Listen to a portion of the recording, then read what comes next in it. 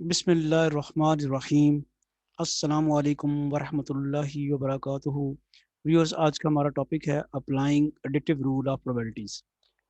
पिछले लेक्चर में हमने additive rule of probabilities discuss किया था। डिस्क्रिप्शन में मैं उसका लिंक भी आपको दे दूंगा, अगर किसी ने नहीं देखा तो वो वहाँ से देख सकता है।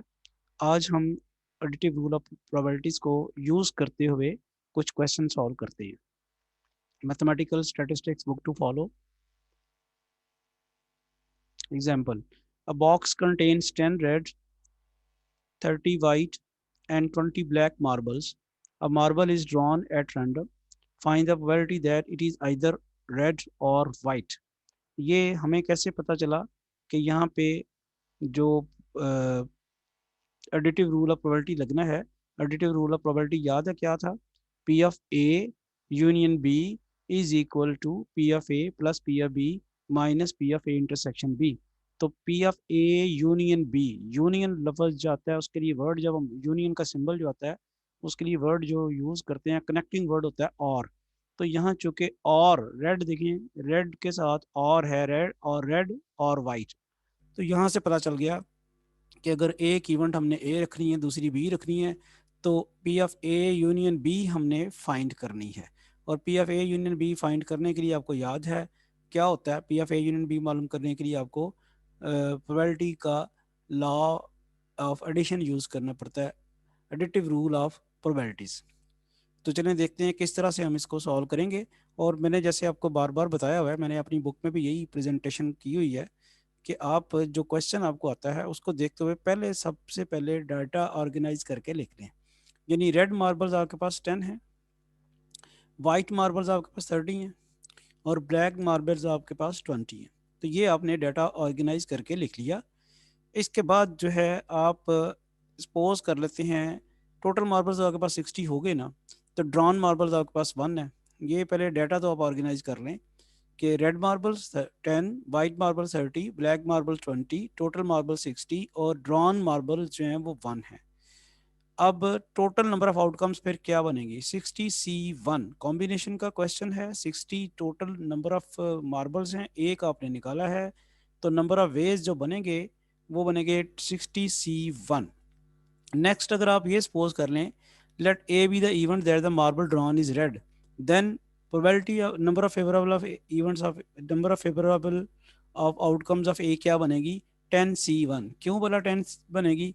क्योंकि रेड मार्बल्स आपके पास 10 हैं और एक आपने निकाला हुआ है, तो ए की फेवर में फिर 10C1 आएगा। वो बन जाता है, कैलकुलेटर से आप कैलकुलेट कर लें 10। इसी तरह अगर आप ये सपोज कर लेते हैं let be the event that the marble drawn is white, then आपके पास number of B, number of favourable outcomes of B क्या बनेगी? 30C1। वो कैसे आया? क्योंकि 30 उसके अंदर वाइट मार्बल्स हैं। वो देख लें पीछे जो डाटा हमने लिखा हुआ है उसमें आप देख रहे हैं कि वाइट मार्बल जो हैं वो आपके पास 30 हैं और 1 आपने ड्रॉ किया हुआ है। तो मार्बल आपके पास जो हैं यानी इसकी फेवर में जो टोटल आउटकम्स आएंगी वो 30C1 आएंगी।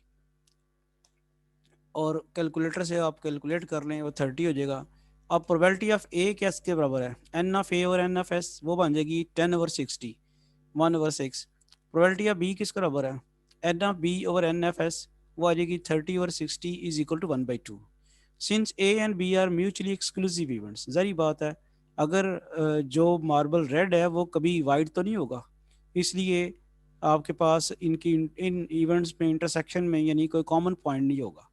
तो आपके पास जो याद करें एडिटिव रूल ऑफ प्रोबेबिलिटी जो है वो क्या बन जाता है फिर? P of A union B is equal to P of A plus P of B. चूँकि ये इवेंट जो है म्यूचुअली डिसजॉइंट इवेंट है, इनमें कोई कॉमन पॉइंट नहीं है। जो मार्बल रेड है वो कभी वाइट नहीं होगा, जो को वाइट है वो कभी रेड नहीं होगा। तो लिहाजा P of A union B आ गया, P of A plus P of B. अब तो सिर्फ वैल्यूज पुट करनी है, 1/2 प्लस 1/6, 1/6 प्लस 1/2, वो बन जाएगा 1+3/6, 4/6, 2/3। तो ये आपके पास रिक्वायर्ड प्रोबेबिलिटी आ गई है कि marble drawn is either red और वाइट। नेक्स्ट हमारे पास क्वेश्चन है natural number is chosen out of the first 50 natural numbers, what is the probability that the chosen number is a multiple of 3 और 5? तो जो number आपने तलाश करना है वो या तो 3 पे डिवाइड हो सके या फिर 5 पे।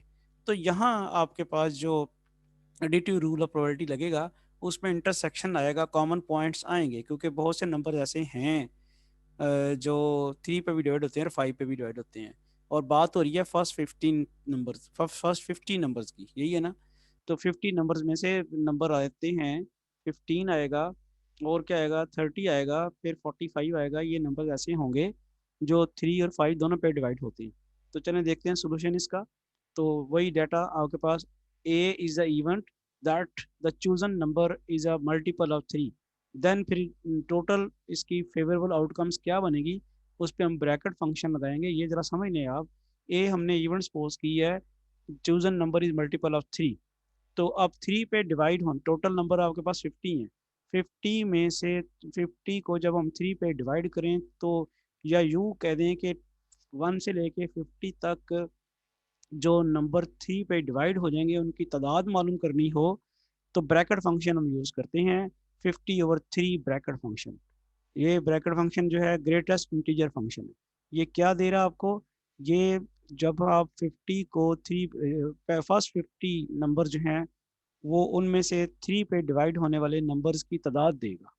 तो ये जब हम कैलकुलेट करते हैं तो ये आता है 16.66 कैलकुलेटर से। और ये ग्रेटेस्ट इंटीजर फंक्शन आप सबको याद है कि ये नंबर जो है एक तो इंटीजर होना चाहिए और एक जो आंसर आया इससे ये बड़ा नहीं होना चाहिए। तो ऑब्वियसली फिर ये आ जाएगा 16। तो number of favourable outcomes of A बनेगी 16। कैसे बनी है मैं फिर रिपीट करता हूँ। ए क्या इवेंट लिया है, ए वो इवेंट है कि जो 1 से लेके 50 तक के नंबरों को जब आप 3 पे डिवाइड करें तो वो नंबर जो मुकम्मल तौर पे डिवाइड हो जाते हैं उनकी तादाद जो है वो आपके पास आ गई है 16। इसी तरह if B is a event that the chosen number is multiple of 5, then क्या हो जाएगा, एन ऑफ बी क्या बनेगा, 50 को 5 पे डिवाइड करके ब्रैकेट फंक्शन हम लगाएंगे और वो बनेगा 10। और 10 बजाते खुद इंटीजर है तो वो रह जाएगा 10 का 10।